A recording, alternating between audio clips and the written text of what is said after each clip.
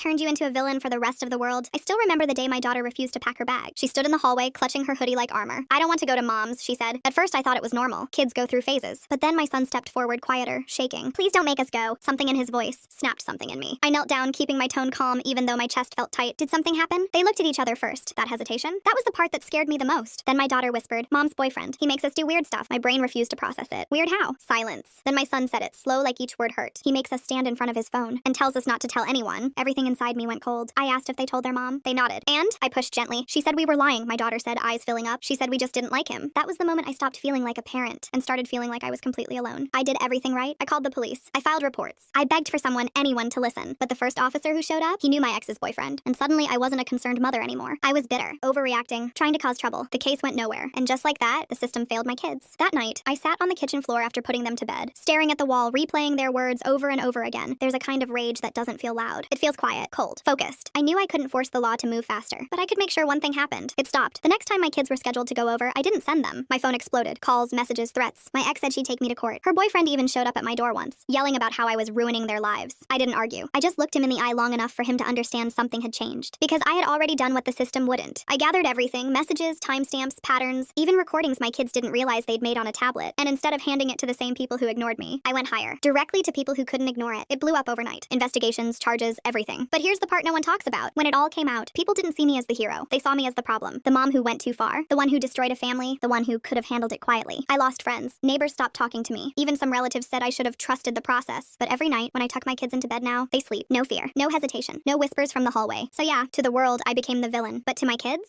I became the reason they're safe. And I'd choose that role every single time.